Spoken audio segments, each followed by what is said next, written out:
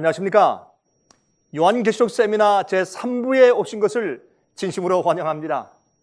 지난 시간에는 요한계시록 2장과 3장에 나오는 7 교회 예언들 중에서 두아디라 교회에 대해서 공부하던 중에 시간을 마치게 되었습니다. 여러분, 7 교회는 소아시아 지방의 로마 우편 하이웨이의 원형으로 위치된 도시들이라고 설명을 드렸습니다.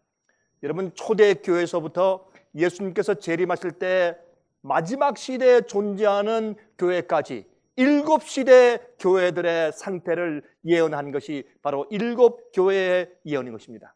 7 교회 각 교회들의 예언에는 6가지 내용들로 구성되어 있다는 것을 말씀을 드렸죠. 그들의 이름의 뜻과 거기에 해당되는 시대의 교회에 대한 영적인 상태와의 관계에 대해서 성경은 예언하고 기록하고 있으며, 또 도시의 특징, 또 그 교회에 대한 칭찬, 또한 그 교회에 대한 책망, 훈계, 나중에 끝에는 이기는 자들에게 대한 약속을 기록해 주신 것이 7 교회에 대한 예언들입니다. 그래서 초대교회부터 예수께서 오실 때까지의 7시대에 걸쳐서 하나님께서 그 각 교회들의 상태를 미리 알려주시고, 또 어떻게 교회가 타락하며 어떻게 배도하는지에 대해서 말씀해 주신 예언인 것입니다. 여러분, 두아디라 교회는 그 4번째 교회였습니다. 지난 시간에 두아디라의 이름의 뜻과 그 도시의 성격에 대해서 함께 공부해 보았습니다. 오늘은 그 5번째 교회를 공부할 차례입니다. 여러분, 사대교회입니다. 여러분, 이 사대교회 시대에 대해서 함께 연구해 보도록 하겠습니다. 여러분, 이 시대는 종교 개혁 시기의 말기부터 시작해서 기독교 교파의 분열 시기까지 그 시대의 예언을 주신 것입니다. 여러분, 16세기 초부터 시작해서 18세기 말엽까지 하나님께서 사대교회에 대한 예언을 주신 것인데, 여러분, 요한계시록 3장 1절부터 6절까지 있는 말씀을 함께 읽어보도록 하겠습니다. 오늘은 이제 3장에 들어갑니다. 요한계시록 3장 1절부터 6절까지 있는 말씀을 한번 읽어보도록 하겠습니다. 사대교회 사자에게 편지하기를, 하나님의 7 영과 7 별을 가진 이가 가라사대, 내가 내 행위를 아노니 내가 살았다 하는 이름은 가졌으나 죽은 자로다. 이는 일깨워 그 남은 바 죽게 된 것을 굳게 하라. 내 하나님 앞에 내 행위에 온전한 것을 찾지 못하였노니, 그러므로 내가 어떻게 받았으며 어떻게 들었는지 생각하고 지키어 회개하라. 만일 일깨지 아니하면 내가 도적같이 이르리니 어느 시에 내게 임할는지 내가 알지 못하리라. 그러나 사대의 그 옷을 더럽히지 아니한 자 몇 명이 내게 있어 흰 옷을 입고 나와 함께 다니리니 그들은 합당한 자인 연고라. 이기는 자는 이와 흰 옷을 입을 것이요, 내가 그 이름을 생명책에서 반드시 흐리지 아니하고 그 이름을 내 아버지 앞과 그 천사들 앞에서 시인하리라. 귀 있는 자는 성령이 교회들에게 하시는 말씀을 들을지어다. 이것이 사대교회에 대한 예언인 것입니다. 여러분, 이 이름의 뜻이 무엇입니까? 이 이름의 뜻은 남아있는 것들, 그런 뜻입니다. 사대의 뜻은 남아있는 것들, 그런 뜻입니다. 긴 배도의 시간 동안에 교회는 참된 신앙을 잃어버리게 되었습니다. 그러나 때가 되자 광야에 피난한 것으로 상징된 소수의 진실된 무리들이 진리를 개혁하는 운동을 시작했습니다. 종교개혁이죠. 여러분, 개신교회의 시작의 문을 열었습니다. 예수께서 7 영과 7 별을 가지신 이로 표현되어 있습니다. 여러분, 성령의 역사와 별 같은 개혁자들의 역사로 무너졌던 진리를 회복시키시는 예수님을 거기에 표현해 둔 것입니다. 여러분, 2번째 도시의 특징을 생각해 볼까요? 그 도시는 겉으로 보기에는 살아있는 듯한 튼튼한 성체였지만은, 그러나 실제적으로 방심함으로 여러 번 쉽게 정복당한 그런 경험이 있는 연약한 도시였습니다. 그래서 그 보기에는 살아있지만은 죽은 도시라는 별명이 있었습니다. 여러 번 정복당했기 때문에 이것은 종교개혁 말기와 분열 시대를 상징하기에 적합한 그 당시의 형편이었습니다. 그것을 이용해서 사대교회에 대해서 하나님께서 예언하신 것이죠. 여러분들 교회 교단들이 생겨나기 시작했습니다. 여러분 그 종교 개혁자들이 원래 교단을 세우기 위해서 교파를 만들기 위해서 종교 개혁한 것은 아니었습니다. 세 번째 그 교회에 대한 칭찬은 무엇입니까? 사대 교회에 대한 칭찬은 거의 없습니다. 이 시대는 과거의 종교 개혁자들이 이루어 놓은 영광에 대해서 그들이 그저 의존하고 후예들이 살고 있었지만, 그래서 외적으로는 살아있는 것 같이 보이지만 실제적으로 이 안에 내적으로는 죽은 교회였습니다. 너희가 보기에는 살아있지만 사실 죽었다, 그렇게 말씀을 하셨습니다. 여러분 개신교회가 참 신앙을 회복하는 것처럼 보였지만은 개혁자들이 하나씩 둘씩 죽어가자 다시 그 생명력을 잃어버리게 되었습니다. 그래서 교회가 다시 영적인 이 피폐함과 또한 영적으로 죽는 경험 가운데 들어가게 되었다, 그 말입니다. 네 번째 책망에 대해서 생각해 볼까요? 책망은 어떤 것입니까? 내가 살았다 하는 이름은 가졌으나 죽은 자로다.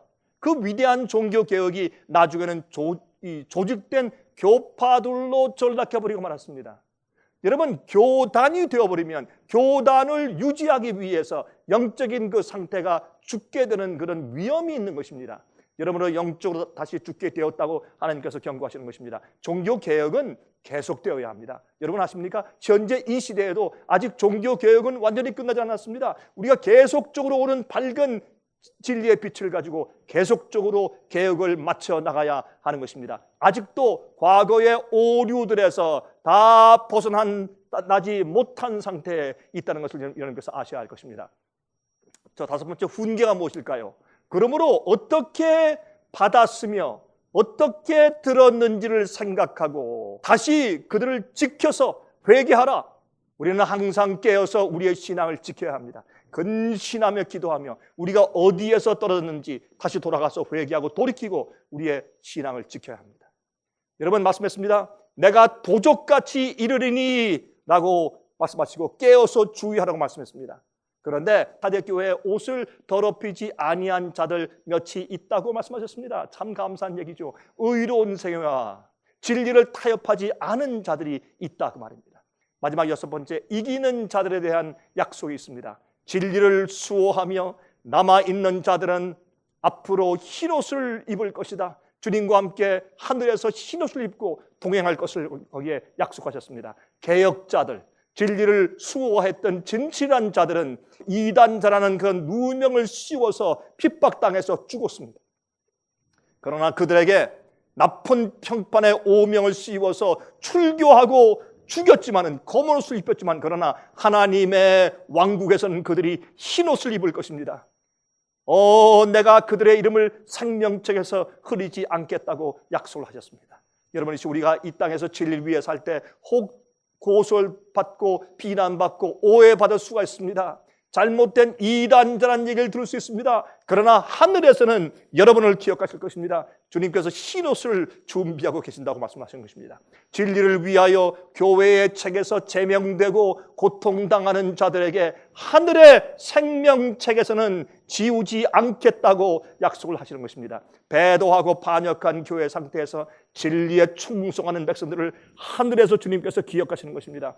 여러분, 교회에서 인정받는다고 하늘에서 인정받는 것은 아닙니다. 하나님의 뜻대로 살아야 인정을 받는 것입니다. 이사야 여러분 26장 2절에 말씀했죠. 너희는 문을 열고 신을 지키는, 다시 말해서 믿음을 지키는, 진리를 지키는 의로운 나라로 들어오게 할지어다 그랬습니다. 믿음을 지키고 진리를 지키는 나라, 그런 백성들을 이 왕국에 들어오게 하라, 그렇게 주님께서 말씀하시는 것입니다. 여러분, 생명책에 기록된 자들만 앞으로 환난에서 보호받게 될 것입니다. 이제 여섯 번째 교회 시대입니다. 그것은 빌라델비아 교회입니다. 이 빌라델비아 교회 기간은 18세기 말엽부터 시작합니다. 그때부터 시작해서 19세기의 중엽까지 이제 계속된 그 시대의 교회를 말하는 것입니다. 여러분, 기독교회가 잠깐 동안 다시 부흥하는 경험을 하며 세계를 향하여 선교 활동을 시작하는 그런 기간이었습니다.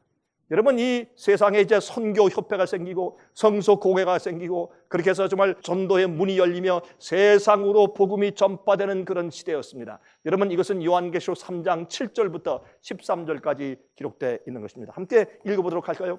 요한계시록 3장 7절부터 13절입니다. 빌라델비아 교회의 사자에게 편지하기를, 거룩하고 진실하사 다윗의 열쇠를 가지신 이 곧 열면 닫을 사람이 없고 닫으면 열 사람이 없는 그이가 가라사대, 볼지어다 내가 내 앞에 열린 문을 두었으되 능히 닫을 사람이 없으리라. 내가 내 행위를 아노니 내가 적은 능력을 가지고도 내 말을 지키며 내 이름을 배반치 아니하였도다. 보라, 사탄의 회 곧 자칭 유대인이라 하나 그렇지 않고 거짓말하는 자들 중에서 며칠 내게 주어 저희로 와서 내 발 앞에 절하게 하고 내가 나를 사랑하는 줄을 알게 하리라. 내가 나의 인내의 말씀을 지켰은즉 내가 또한 너를 지키어 시험의 때를 면하게 하리니 이는 장차 온 세상에 임하여 땅에 거하는 자들을 시험할 때라. 내가 속히 이 말이니 내가 가진 것을 굳게 잡아 아무나 내 면류관을 빼앗지 못하게 하라. 이기는 자는 내 하나님 성전의 기둥이 되게 하리니 그가 결코 다시 나가지 아니하리라. 내가 하나님의 이름과 하나님의 성 곧 하늘에서 내 하나님께로부터 내려오는 새 예루살렘의 이름과 나의 새 이름을 그의 위에 기록하리라. 귀 있는 자는 성령이 교회들에게 하시는 말씀을 들을지어다. 그랬습니다. 여러분이시여, 여러분은 이 예언의 말씀을 들을 기회가 있습니까? 성령의 조용한 음성을 들으십니까? 이 교회들은 각 시대마다에 대한 예언이고 적용되지만 또한 이 모든 내용들은 우리의 개인적인 형편과 각 교회의 형편에 큰 교훈을 또한 주는 것입니다. 여러분, 이 빌라델비아 교회의 이름의 뜻이 무엇입니까? 형제의 사랑이라는 뜻입니다. 형제의 사랑이란 형제 우애, 형제 사랑이라는 뜻입니다. 또한 그 도시의 특징은 무엇입니까? 이 도시는 원래 헬레니즘 문화를 그 주위의 지역에서 많이 받아들였습니다. 그래서 헬레니즘, 헬라의 문화를 받아들인 그런 중심지 역할을 하던 곳입니다. 이 도시를 세울 때부터 헬라의 언어와 그 문화를 아주 정말 전격적으로 퍼뜨린 지역이었습니다. 여러분, 선교하는 교회의 시대를 상징하기에 참 적합한 것입니다. 여러분, 세계의 전체에 이제 나가기 위해서 그 당시에 이 헬라 문화와 헬라 언어는 굉장히 중요한 것이었습니다. 그것이 그 온 세계에 퍼지는 그런 문화의 중심이었기 때문에, 그런 언어의 중심이었기 때문에 말이죠. 그래서 이제 이 세상의 복음 사업이 미국을 중심으로 온 세상에 퍼지는 빌라델비아 교회에 그 적용하기에 그 특징은 아주 알맞은 곳이었습니다. 그런데 그 당시에 그 빌라델비아 지방에 지진이 많이 있었답니다. 사람들은 잠을 깨고 일어나서 말이죠, 갑자기 이사 나가는 그런 일들을 했다는 것입니다. 여러분, 그래서 약속 중에 어떻게 말씀하십니까? 하나님의 성전의 기둥이 되어서 다시는 나가지 않을 것이다, 그렇게 말씀을 한 것을 우리가 볼 수가 있습니다. 여러분, 그 도시의 배경에 있는 말씀을 좀 보십시다.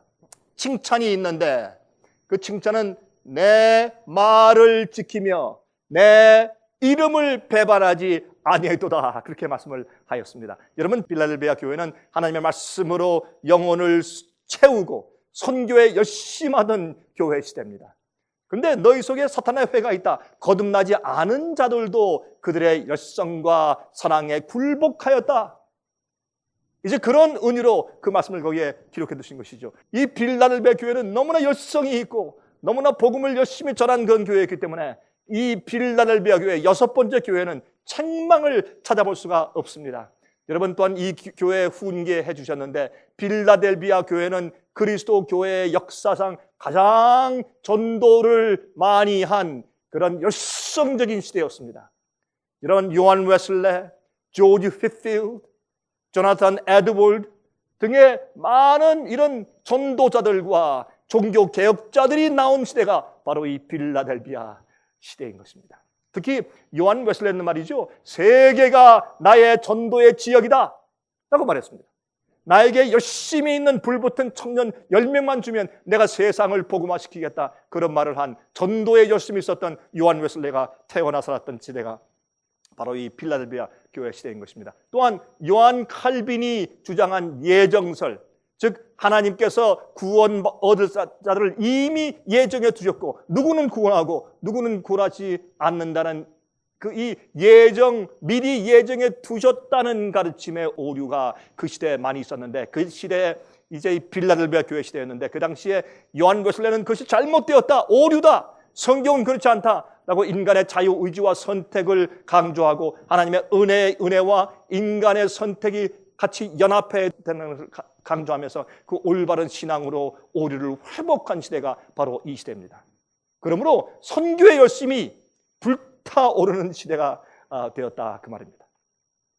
그러므로 하나님께서는 말이죠, 이 선교의 문이 열릴 것을 미리 예언해 두셨습니다. 요한계시록 3장 8절입니다. 보라, 내가 내 앞에 열릴 문을 두었으나 능히 닫을 사람이 없으리라. 그렇게 예언해 두신 것이죠.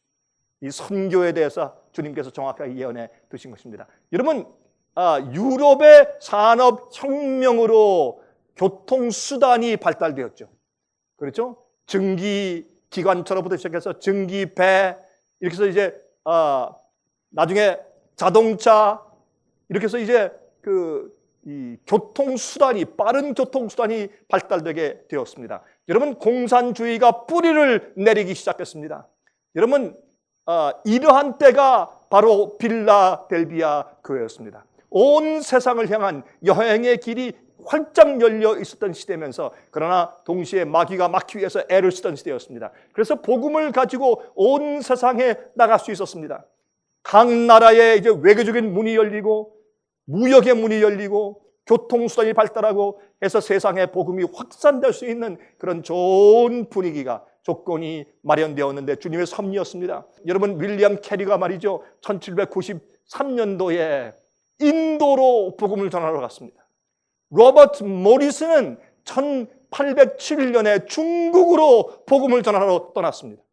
로버트 모펫이 말이죠, 1817년도에 아프리카로 복음을 전하러 가서 아프리카 그 검은 지역을 복음화시켰습니다. 각 대륙의 성서공회가, 성경을 찍는 성서공회가 조직되게 되었습니다.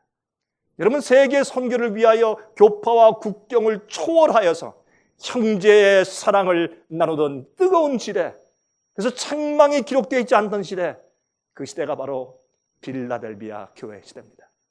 여러분, 암흑일이 있었죠. 그것은 해가 어두워지는 그런 놀라운 그런 예언이 성취된 시대였습니다. 1833년도에는 별들이 떨어진 예언의 성취로 이제 말세가 되었구나, 예수님의 재림이 속히 임하겠다, 이렇게 말세에 관한 관심이 크게 고조된 시대였습니다. 그래서 사람들이 성경 예언에 관심이 높아지고 세계적으로 예수 재림의 운동이, 예수 재림 운동이 크게 일어나기 시작했습니다. 각 대륙에서, 미국뿐만 아닙니다. 유럽, 남아메리카, 아프리카에서도 이런 예수님의 재림 운동이 일어나기 시작했습니다. 하지만 장차 시험하는 때가, 핍박하고 출교하는 때가 이를 것을 말했습니다. 그러나 내가 가진 것을 굳게 잡아서 멸류관을 빼앗기지 않게 하라고 말씀했습니다. 여러분 아십니까? 예수님 속히 오신다, 예수님의 재림을 강조하면서 회개하고 준비하자고, 거룩한 생활과 깨끗한 생활을 살려고 강조하는 그들을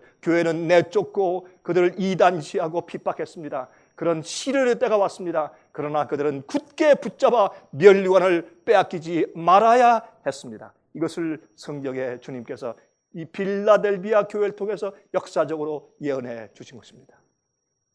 여러분 아십니까? 이기는 자에게 대한 약속도 기록되어 있습니다. 이기는 자에 대한 약속은 무엇입니까? 하나님의 성전의 기둥이 될 것이라는 것입니다. 다시는 결코 나가지 아니하리라. 여러분, 그 당시의 도시의 지진의 경험을 비추어서 그렇게 말씀하신 것입니다. 여러분, 그들에게 흔들리지 않는 하나님 성전의 기둥처럼 세워주시겠다, 그렇게 약속하신 다음에 그 기둥 위에 하나님의 이름과 새 예루살렘의 이름과 나의 새 이름을 기록해 주겠다고 했습니다. 인치는 것은요, 사실 하나님의 형상을 사귀는 것입니다. 이 깎는 조각칼로 깎아서 그것을 잘라내고 한 형상을 사귀는 것이 인치는 경험이 옵시다. 성경적으로 주님의 이름, 주님의 성품이, 승리한 자들이 주님의 성품이 그들의 이마에 기록되는 것입니다. 그들이 가진 진리를 지키며 충성스러운 백성들 위해 하나님의 소유의 상징인 내 백성이다, 나의 것이다, 내 교회다 라고 하는 하나님의 소유의 상징인 하나님의 이름이 그 위에 기록될 것이라고 말씀했습니다. 그들의 목적지인 새 예루살렘의 이름을 기록해 두었다고 했습니다. 그들은 하늘로 가고 있는 백성이다. 내 새 예루살렘을 향해서 가고 있고 그 새 예루살렘에 속한 자들이다 라고 주님께서 상징적으로 그들에게 이름을 기록해 주신다, 그렇게 말씀을 하신 것입니다. 여러분, 헝가리와요 루마니아의 전쟁이 끝난 후에 루마니아에서 헝가리로 돌아가는 한 어린 소녀 이야기가 세계 각 신문에 그 당시에 크게 보도된 적이 있습니다. 여러분, 이제 전쟁이 끝난 다음에 루마니아에서 헝가리로 가는 기차를 탔는데 한 아이가 말이죠, 동행해 줄 어른이 없어서 홀로 기차를 타고 가는 입장이었습니다. 근데 그 소녀 아이의 가슴과 등에는 그 아이가 가는 그 목적지의 주소와 부모의 이름들이 기록되어 있었습니다. 여러분, 그래서 사실은 기자들이 정말 거기에 타고 있는 그 아이의 가슴과 등에 있는 그 이름을, 또한 주소를 사진을 찍은 다음에 대서특필한 것입니다. 비록 그 아이가 그 기차의 짐칸에 타고 가며 잠시 외롭게 여행하며 고생을 했지만은, 그러나 이제 조금 있으면은 기다리던 부모의 품에 돌아가는 것입니다. 부모를 만나는 것입니다. 집으로 가는 것입니다. 얼마나 반가웠겠습니까? 여러분, 우리가 이 세상에서 말이죠, 고난을 통과하며 고통하면서 여행 중에 있습니다. 주님을 믿고 신실하게 진리에 충성한 자들은 이 땅에서 환영을 받지 못합니다. 그러나 하늘로 가고 있는 중입니다. 우리가 조금만 있으면 기다리던 주님과 함께 영원한 세상에 살 것입니다. 새 예루살렘에 들어가서 우리가 호산나 찬송을 부리며 검은고를 타고 주님을 찬송할 것입니다. 우리가 이 땅에서 고통당하고 핍박당한 모든 고난들을 더 이상 기억하지 않을 것입니다. 너무나 아름답고 너무나 보상이 크기 때문에 그들은 즐거움의 찬송만 부르게 될 것입니다. 여러분이시여, 용기를 내야 할 것입니다. 우리가 비록 좀 이 세상에서 여행 중에 있으나 조금 있으면 우리의 목적지는 하늘 새 예루살렘이 되는 것입니다. 여러분, 7번째 교회입니다. 7번째 교회는 라오디게아 교회죠. 이 교회의 시대는 말이죠, 바로 우리가 지금 현재 살고 있는, 여러분과 제가 지금 살고 있는 이 마지막 시대의 교회를 상징합니다. 이 교회는 19세기 중엽부터 시작해서 예수님께서 재림하실 때까지 계속되는 마지막 시대의 교회입니다. 이 마지막 말세의 교회인 현대 교회를 말하는 것입니다. 지금 우리가 이 마지막 시대인 라오디게아 교회 시대에 살고 있는 것입니다. 중요합니까? 이 교회에 대한 내용은 참으로 우리에게 중요하고 말고요. 여러분, 요한계시록 3장 14절부터 22절까지 있는 말씀을 같이 읽어보도록 하겠습니다. 여러분, 요한계시록 3장 14절부터 22절까지입니다. 라오디게아 교회의 사자에게 편지하기를, 아멘이시요 충성되고 참된 증인이시요 하나님의 창조의 근본이시니가 가라사대, 내가 내 행위를 아노니 내가 차지도 아니하고 덥지도 아니하도다. 내가 차든지 덥든지 하기를 원하노라. 내가 이같이 미지근하여 덥지도 아니하고 차지도 아니하니 내 입에서 너를 토하여 내치리라. 내가 말하기를 나는 부자라 부요하여 부족한 것이 없다 하나 내 곤고한 것과 가련한 것과 가난한 것과 눈먼 것과 벌거벗은 것을 알지 못하도다. 내가 너를 권하노니 내게서 불로 연단한 금을 사서 부요하게 하고 흰옷을 사서 입어 벌거벗은 수치를 보이지 않게 하고 안약을 사서 눈에 발라 보게 하라. 무릇 내가 사랑하는 자를 책망하여 징계하노니 그러므로 내가 열심을 내라 회개하라. 볼지어다 내가 문 밖에 서서 두드리노니 누구든지 내 음성을 듣고 문을 열면 내가 그에게로 들어가 그로 더불어 먹고 그는 나로 더불어 먹으리라. 이기는 그에게는 내가 내 보좌에 함께 앉게 하여 주기를 내가 이기고 아버지 보좌에 함께 앉은 것과 같이 하리라. 귀 있는 자는 성령이 교회들에게 하시는 말씀을 들을지어다 그랬습니다. 여러분, 참으로 놀라운 말씀입니다. 여러분, 이 라오디아 교회, 그 이름의 뜻이 무엇일까요?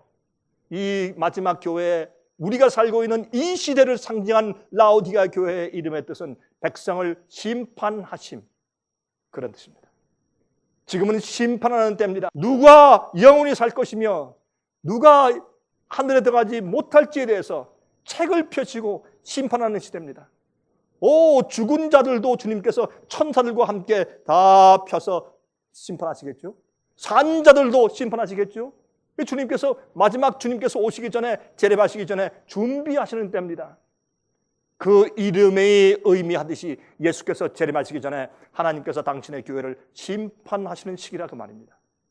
성경은 하나님께서 당신의 교회를 먼저 심판하신다고 말씀하고 있습니다. 그들의 행위대로, 책에 기록된 대로 성경은요, 심판대 앞에 책들이 펴놓여 있다고 하고 또한 천사들이 우리의 행위를 기록한다고 했습니다. 하늘에 어떤 컴퓨터가 있을지 우리는 모르지만은 그러나 주님께서는 공평하게 심판하십니다. 하나님께서 말이죠, 그때 가서 책을 펴고 이 사람 구원받겠다 못 받겠다 하시는 것이 아닙니다. 하나님은 다 아시죠. 그러나 모든 인간들과 모든 우주 거민들이나 천사들 앞에 하나님의 심판이 얼마나 공의로운지, 얼마나 합당한지에 대해서, 얼마나 공평한지에 대해서 살펴서 그들이 직접 보고 인정하도록 하신다 그 말입니다.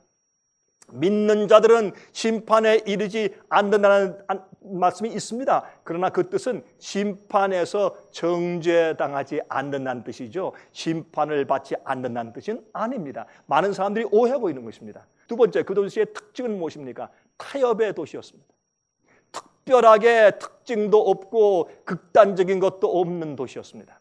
은행들과 재정에 관계된 기관들이 많이 있어서 방문하는 자들에게 그 취향에 따라 잘 맞추어 주는 타협의 도시로 잘 그 당시에 알려져 있었습니다. 아주 부한 도시였습니다. 자족한 도시였습니다. 여러분, 오늘날 이 시대의 교회를 상징하기에 얼마나 적당한 그런 형편이었습니까? 또한 라오디게아 도시의 위쪽엔 말이죠, 라오디아 그 도시에서 위로 거슬러 올라가면 그 위에 이름이 있는 그 당시에 온천이 있었습니다. 그런데 그 물이 흘러내려오면서 그 도시를 지날 때에는 미지근하게 되었다는 것입니다. 온천물이 나올 땐 뜨거웠는데 그것이 점점 흘러서 도시를 지나가면서 정말 이게 그 물맛을 보면 정말 역겨워서 토할 것 같은 그런 맛을 내는 뜨뜻한 미지근한 물이 되었단 말입니다. 그러므로 너희의 영적인 형편이 뜨겁든지 아니면 차든지 해라. 너희는 너무 뜨뜻한 미지근하다. 내가 토해서 내칠 것이다. 다시 말해서 그런 상태에 있으면 주님께서 그들을 중보하실 수 없다 그 말입니다. 그런 상태를 그 당시의 배경을 통해서도 우리에게 교훈을 주신 것입니다.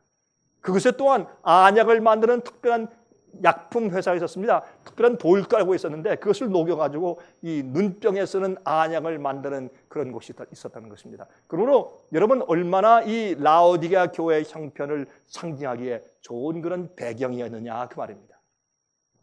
칭찬에 대해서 우리가 살펴보는데 이 시대, 라오디게아 교회 시대에는 칭찬이 없습니다. 여러분 아십니까? 그 전에 6번째 빌라델비아 교회에는 책망이 없습니다. 그런데 우리가 사는 이 시대를 상징하는 마지막 7번째 라오디게아 교회에는 칭찬이 없습니다. 여러분, 좀 두려운 느낌이 들지 않습니까? 심각한 시대에 우리가 살고 있는 것입니다. 여러분, 4번째 책망은 무엇입니까? 뜨뜻 미지근하다 그 말입니다. 차지도 않고 덥지도 않습니다. 이건 믿는 것도 아니고 안 믿는 것도 아니고 뜨뜻 미지근한, 알지만은 믿지만은 그러나 자기 생을 전적으로 바치고 희생하지 않는 시대를 말하는 것입니다. 야근 시대를 말하는 것입니다. 여러분, 또한 그들은 부요하여 부족한 것이 없다고 그런 자랑하는 그런 교회 시대를 말하는 것입니다. 여러분, 현재 교회의 형편을 얼마나 자세하게 그렇게 표현해 주신 것입니까? 그렇지만 주님께서 보실 때는 곤고하고 가련하고 가난하고 벌거벗고 있는 그런 상태라고 말씀을 하시는 것입니다. 가장 참담한 형편이죠. 제일 무서운 영적인 형편을 말하는 것입니다. 여러분, 자기 자신이 부족한 것이 없다라고 느끼는 상태가 가장 무서운 상태입니다. 여러분, 가장 잘못되어 있으면서도 가장 잘된 상태에 있다고 믿는 것은 치명적인 상태입니다. 환자가 자기의 이 병의 상태를 모르면 의사가 필요 없어요. 현대 교회에 무엇이 문제입니까? 예수님이 어떤 의미에서 필요 없어요. 예수를 부르지만은 예수께서 그들의 생애와 성품을 치료하고 완전히 변화시킬 것을 느끼지 않는 교회가 되었단 말입니다. 여러분, 현대 커다란 대형 교회들을 보십시오. 큰 건물을 보십시오. 헌금이 넘쳐나는 시대를 보십시오. 부요하여 부족한 것이 없다고 느끼지만, 그러나 교인들의 숫자가 참 그들의 영적인 상태를 보여주는 것이 아닙니다. 교회가 크게 성장을 하는 것이 교회의 영적인 상태 성장을 말하는 것이 아닙니다. 여러분, 편리한 현대 문명의 혜택을 입고 지내는 화려한 교회들을 말하는 것입니다. 훌륭한 신학교들을 가지고 있고, 여러분, 교육기관을 가지고 있습니다. 큰 건물들을 가지고 있고 멋있는 학위들을 받고 있습니다. 하지만 하나님의 관심은 그런 곳에 있지 않습니다. 여러분, 그들은 주님께서 그들의 영적인 상태를 보실 때 미식거워서 토해내칠 정도의 영적인 상태에 있다고 거기 말씀하시는 것입니다. 여러분, 그들의 영적인 경험은 벌거벗은 경험입니다. 여러분, 그들은 영적으로 의의 경험을 하지 않고 있는 것입니다. 그들은 내가 한번 구원받았으니 다 구원받았다 하지만, 그러나 영적인 상태를 그들이 모르는 것입니다. 영적으로 벌거벗은 상태입니다. 그들이 영적인 상태를 모르고 있다고 말했습니다. 여러분의 형편은 어떻습니까? 자기의 상태를 모르는 환자는 치명적인 환자인 것입니다. 고침을 받으러 가지 않기 때문에 그렇습니다. 여러분, 다섯 번째, 훈계에 대해서 어떤 말씀이 있습니까? 불로 연단한 금을 사라 그랬습니다. 여러분, 불로 연단한 금은 연단하기 위해서 영광로 뜨거운 불을 통과해서 찌꺼기를 다 내어야 합니다. 그러므로 불로 연단한 금의 뜻은 시련과 환난을 통하여서 얻은 믿음을 상징합니다. 여러분, 우리가 처음에 주님을 믿을 때 그 믿음은 순수합니다. 그러나 거기에 뜨거운 환난 용광로를 통과하면서 찌꺼기를 걸러내는 순수한 연단한 금이 되어야 합니다. 여러분, 욥기 23장 10절에 말씀했습니다. 나의 가는 길을 그가 아시나니 그가 나를 단련하신 후에는 내가 정금같이 나올 것이라 그랬습니다. 주님의 단련을 받아야 합니다. 여러분, 하나님께서는 우리를 구원하시기 위해서 우리 생의 여러 가지 형편과 여러 가지 상태들을 통과하게 하시면서 우리 속에 반드시 빼어내어야 할 우상들과 잘못된 것들을 고치시는 것입니다. 잘못된 품성을 고치시는 것입니다. 그래서 뜨거운 불을 통과하여 정금같이 나오는 경험을 해야 합니다. 우리를 구원하시는 분은 하나님이시지 우리가 우리 자신을 변화시키는 것이 아닙니다. 우리는 진리를 듣고 진리를 이해하고 진리로 인하여 거룩하게 되어야 합니다. 주님께서 우리가 그렇게 되게 하기 위해서 그런 환경으로 주님께서 우리를 인도하시는 것입니다. 베드로전서 1장 7절입니다. 너희 믿음의 시련이 불로 연단하여도 없어질 금보다 더 귀하여 예수 그리스도에 나타나실 때의 칭찬과 영광과 존귀를 얻게 하려 함이라 그랬습니다. 또한 흰옷을 사라고 말씀했습니다. 흰옷이 무엇입니까? 이사야 61장 10절을 볼까요? 이렇게 말씀했습니다. 내가 여호와로 인하여 크게 기뻐하며 내 영혼이 나의 하나님으로 인하여 즐거워하리니 이는 그가 구원의 옷으로 내게 입히시며 의의 겉옷으로 내게 더하심이 신랑이 사모를 쓰며 신부가 자기 보물로 단장함 같게 하셨음이라 그랬습니다. 요한계시록 19장 7절 8절을 보시면 이런 말씀이 있습니다. 우리가 크게 기뻐하여 그에게 영광을 돌리세 어린 양의 혼인 기약이 이르렀고 그 아내가 예비하였으니 그에게 허락하사 빛나고 깨끗한 세마포를 입게 하셨은즉 이 세마포는 성도들의 옳은 행실이로다 하더라. 아, 여러분, 세마포가 무엇이에요? 흰옷을 사라. 그래서 흰옷을 입으라. 그것이 무엇입니까? 우리의 성도들의 옳은 행실이라고 성경을 말씀했습니다. 여러분, 마태복음 22장의 혼인잔치의 예복의 비유를 기억하십니까?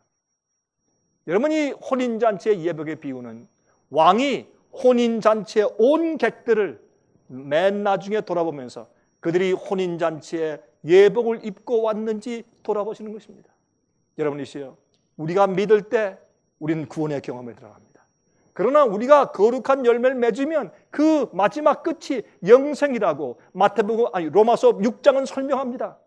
그러므로 주님께서 우리에게 예수를 믿지만은 교회 안에 있는 그리스도인들에게 내게 흰옷을 사라고 말씀하십니다. 여러분, 주님께서 우리에게 의의 옷을 입기를 원하십니다. 주님의 구원 방법은요, 성령께서 우리 속에서 구원을 이루시는 것입니다. 내 속에 주님께서 소원을 가지고 행하게 해 주시는 것입니다. 주님은 창조주입니다. 주께서 우리 죄를 용서하실 때 하나님께 어떤 일이 생기는 것이 아니라 우리에게 어떤 일이 생깁니다. 우리를 용서하실 때 주님의 말씀은 창조주의 말씀이기 때문에 우리가 변화함 받는 것입니다. 죄의 기록이 지워져서 용서받는 것뿐만 아니라 죄의 상처에서 우리가 치료받고 회복되는 것입니다. 그래서 성도의 아름다운 행실을 가지는 성품이 아름답게 변화되는 것입니다. 그것이 흰 옷입니다. 이 경험이 있어야 합니다. 그 다음에 또 안약을 발라서 보게 하라고 말씀했습니다. 안약을 발라서 보게 하라. 여러분 아십니까? 에베소서 1장 18절을 보면 이런 말씀이 있습니다. 너희 마음 눈을 밝히사 그랬어요. 너희 마음 눈을 밝히사. 요한복음 16장 13절에 그러나 진리의 성령이 오시면 그가 너희를 모든 진리 가운데로 인도하시리니 그랬습니다. 여러분, 양심을 민감하게 하고 진리를 직별하게 하시는 성령님의 역사에 우리가 협력해야 할 것입니다. 여러분, 성령을 받는다. 오늘날 가짜 이상한 성령이 이 세상에 충만합니다. 너무나 만연합니다. 그것이 아니라 성령께서, 여러분, 예수께서 성령을 소개하실 때 어떻게 말씀하십니까? 너에게 이 보혜사 성령이 오시면 너희를 모든 진리로 인도하고 내가 너에게 가르친 모든 것을 생각나고 깨닫게 할 것이라 했습니다. 성령은 우리를 진리로 인도하시는 분이고 진리로 우리 마음을 변화시키는 분입니다. 그러나 사람들은 성령을 받으면 무슨 어떤 특별한 일을 행하고 어떤 경험이 생기는 것으로만, 초자연적인 것으로만 이해하는 것입니다. 잘못된 것입니다. 그래서 가짜 성령을 많이 받는 것입니다. 우리가 성령의 은혜로 우리의 비참한 상태를 먼저 볼 수 있게 되어 있습니다. 성령의 은혜로 우리 눈에 안약을 발라서 눈을 떠야 합니다. 마음의 눈을 떠야 합니다. 그래서 우리의 곤고하고 가난하고 가련한 그런 상태를 볼 수 있어야 합니다. 그러면 성령께서 우리를 치료하시는 것입니다. 많은 사람들은 영적인 눈이 멀었습니다. 자기 상태를 보지 못하는 것입니다. 교회 상태를 보지 못하는 것입니다. 여러분, 눈을 뜨십시오. 귀 있는 자는 성령의 음성을 들으십시오. 여러분, 그 성령의 안약을 발라서 우리의 상태와 교회 상태를 실제로 볼 수 있는 그런 사람들이 되어야 합니다. 우리는 우리의 자족한 상태에서 우리가 깨어나서 정말 참된 우리 상태를 보아야 할 것입니다. 여러분이시여, 의의 구원을 받았다고 말은 하지만은 실제적으로 그리스도의 의의 옷을 입고 있지 않은 상태를 말하는 것입니다. 이들의 이 깨끗한 성품을 얻어야 할 시기에 그들은 눈이 멀어 있는 것입니다. 무엇이 필요한지 모르는 것입니다. 여러분, 예수의 보혈의 피가 여러분들의 양심을 씻었습니까? 여러분, 마음의 생각과 동기를 깨끗하게 주님께서 씻으셨습니까? 여러분의 소원이 어떤 소원입니까? 우리가 우리의 마음을 주께 굴복할 때 새로운 하늘의 능력이 우리에게 임하는 것입니다. 하나님께서 우리를 구원하시는데 그 하나님은 창조주입니다. 무엇을 뜯어 고쳐주시는 분이 아닙니다. 우리가 참된 믿음을 가지고 있는지, 우리가 예수의 의의 옷을 입고 있는지, 예수를 닮은 성품을 가지고 있는지, 주께서 당신의 백성들을 심판하시는 시대에 우리가 살고 있는 것입니다. 여러분, 죽은 자들로부터 시작하여서 책을 펴시고 심판하는 시대입니다. 여러분, 제가 다니엘 7장이라는 말씀을 펴서 직접 한번 읽어보도록 하겠습니다. 다니엘 7장 9절부터 14절까지 있는 말씀입니다. 이렇게 말씀되어 있어요. 내가 보았는데 왕자가 놓이고 옛적부터 항상 계신 이가 좌정하셨는데 그 옷은 희기가 눈 같고 그 머리털은 깨끗한 양의 털 같고 그 보좌는 불꽃이요 그 바퀴는 붙는 불이며 불이 강처럼 흘러 그 앞에서 나오며 그에게 수종하는 자는 천천히요 그 앞에 시위한 자는 만만이며 심판을 베푸는데 책들이 펴놓였더라. 하늘에 책들이 있습니까? 그렇습니다. 그때 내가 그 큰 말하는 작은 뿔의 목소리를 나여 주목하여 보는 사이에 짐승이 죽임을 당하고 그 시체가 상한 바 되어 붙는 불에 던진 바 되었으며 그 남은 모든 짐승은 그 권세를 빼앗았으나 그 생명은 보존되어 정한 시기가 이르기를 기다리게 되었더라. 하나님께서 이 모든 이 종교 핍박 시대의 형편을 다 기록해 주셨다 그런 말이죠. 자, 13절입니다. 내가 또 밤 이상 중에 보았는데 인자 같은 이가 하늘 구름을 타고 와서 옛적부터 항상 계신 자에게 나와 그 앞에 인도되매 그에게 권세와 영광과 나라를 주고 모든 백성과 나라들과 각 방언하는 자로 그를 섬기게 하였으니 그 권세는 영원한 권세라 옮기지 아니할 것이요 그 나라는 패하지 아니할 것이로다 그랬습니다. 여러분, 무엇입니까? 이 말씀의 뜻은 무엇이냐 하면 이제 예수님께서 심판하신 다음에 어떤 사람들이 당신의 백성이고 당신의 새 예루살렘 왕국에 들어갈 자들인지 심판하신 다음에 이 지구의 권세를 다시 주님께서 받으시는 것입니다. 그리고 그 받으신 권세를 성도들에게 다시 주신다 그렇게 말씀되어 있습니다. 여러분, 이 라오디게아 교회에는 이런 말씀이 있죠. 무릇 내가 사랑하는 자를 책망하여 징계하였노니 그러므로 내가 열심을 내라 회개하라. 내가 문 밖에 서서 두드리노니 그렇게 말씀했습니다. 여러분이시여, 주님께서는 우리를 책망하시는 이유가 우리를 사랑하시기 때문입니다. 우리를 구원하시기 위한 것입니다. 여러분 아십니까? 사대 교회에 말씀하실 때는 내가 도적같이 오리니 그랬습니다.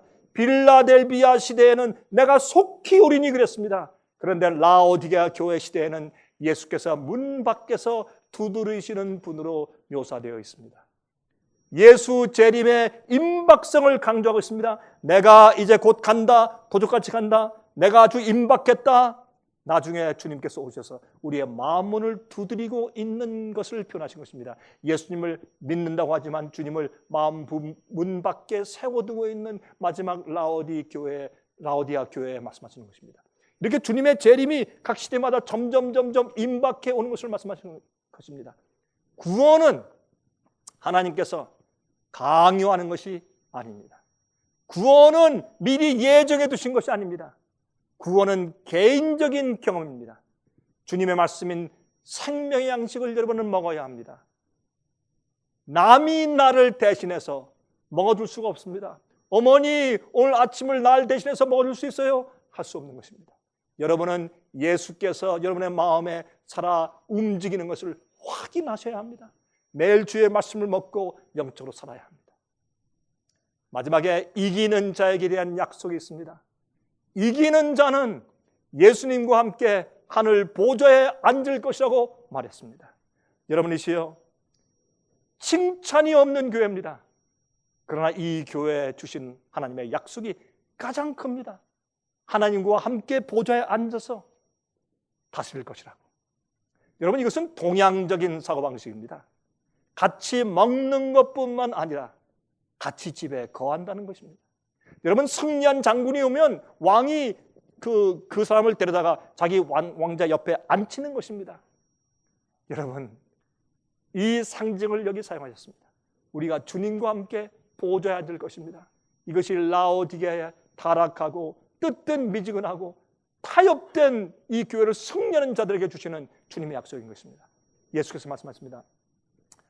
하나님 보좌에 앉는 것이 내가 이기고 내가 보좌에 앉은 것처럼 너희도 그렇게 될 것이다. 여러분, 예수께서 이 땅에 오셔서 인간의 모습을 가지고 인간의 모든 성정을 가지고 오셔서 이 세상에서 죄와 마귀를 이기셨습니다. 예수께서 이긴 것처럼, 승리하신 것처럼 우리도 승리해야 하며 승리할 수가 있는 것입니다. 예수께서 우리를 위해서 죄를 승리하시는 승리의 길을 여신 것입니다. 성경은 그리스도인들의 승리의 생활을 강조하고 있습니다. 요한일서 5장 4절입니다. 대저 하나님께로서 난 자마다 세상을 이기느니라. 세상을 이긴 이김은 이것이니 우리의 믿음이니라 그랬습니다. 귀 있는 자는 성령이 하시는 말씀을 들으십시오. 우리는 죄와 세상을 이길 수가 있습니다.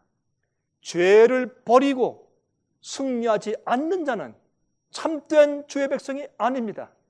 의의 옷을 입은 자가 아닙니다. 예수를 믿는데 지성적으로만 동의한다고 믿음을 가진 것이 아닙니다. 여러분, 라오디게아 교회의 참상을 여러분 이해하셔야 할 것입니다. 일곱 교회는 기독교회가 세상 역사의 일곱 시대를 거쳐 나가는 영적인 형편과 상태를 미리 보여준 예언입니다.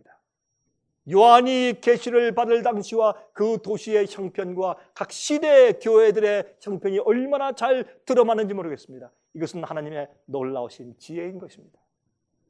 교회는 순결하던 초대교회 시대부터 시작하여서 핍박을 당하는 고난의 시대와 타협하기 시작한 연약하여지던 시대를 지나서 또한 배도하여 이교의 모든 오류의 가르침들을 교회에 불러들여 왔던 대타협의 시대를 거쳐서 종교개혁과 선교 부흥의 시대를 지나서 다시 말세에 와서는 라오디게아 교회의 시대가 될 것이라고 예언해 주신 것입니다. 여러분, 이 예언은 정확하게 성취되어 왔습니다. 얼마나 기가 막히게 그 순서대로 그 교회들이 지내왔는지 그 예언이 성취되었는지 모릅니다. 각 시대마다의 교회의 특징을 주님께서 폭로하여서 우리에게 알게 해주신 것입니다. 우리가 과거를 돌아볼 때 일곱 교회가 그렇게 다 진행되어 왔구나는 것을 알므로 이 마지막 라오디게아 일곱 번째 시대의 형편도 우리가 믿을 수가 있는 것입니다. 겉으로는 부유한 것 같지만은 그러나 속으로는 벌거벗고 가련한 영적으로 눈멀어 있는 상태를 말하는 것입니다. 현대교회 이 시대에 적용하신 것입니다. 여러분 아십니까? 예수님 속히 오십니다. 예수님 속히 오십니다. 이 세상은 오래가지 않을 것입니다. 이 세상에 있는 모든 것들은 다 쓰레기처럼 불타버리고 말 것입니다. 우리의 모든 소유가 없어질 것입니다. 우리가 필요한 것은 무엇입니까? 우리가 준비한 우리 성품입니다. 주님께로부터 받은 하얀 흰 옷입니다. 우리 그것밖에는 우리가 하늘에 가지고 갈 것이 없습니다. 여러분은 무엇을 가지고 하늘에 가실 것입니까? 주님께로부터 받은 흰 옷입니다. 그것은 성도의 아름다운 성품을 상징하는 것입니다. 여러분이시여, 일곱 교회 예언은 우리에게 얼마나 놀라운 영적인 교훈을 주는 예언입니까? 여러분, 다음번 시간에는 요한계시록 4장과 5장을 공부할 것입니다. 그 안에 있는 하늘의 보좌에 대한 흥미진진한 계시를 연구할 것입니다. 여러분, 하늘의 보좌가 어떻게 되어 있는 줄 아십니까? 어떤 형편인 줄 아십니까? 어떤 모양인 줄 아십니까? 왜 또 그러한 모양으로 성경에 기록되어 있을까요? 다음 시간엔 요한계시록 4장과 5장에 기록되어 있는 하늘의 하나님의 보좌에 대한 흥미진진한 계시를 함께 연구해 보도록 하겠습니다. 그럼 제가 다음 시간까지 안녕히 계십시오.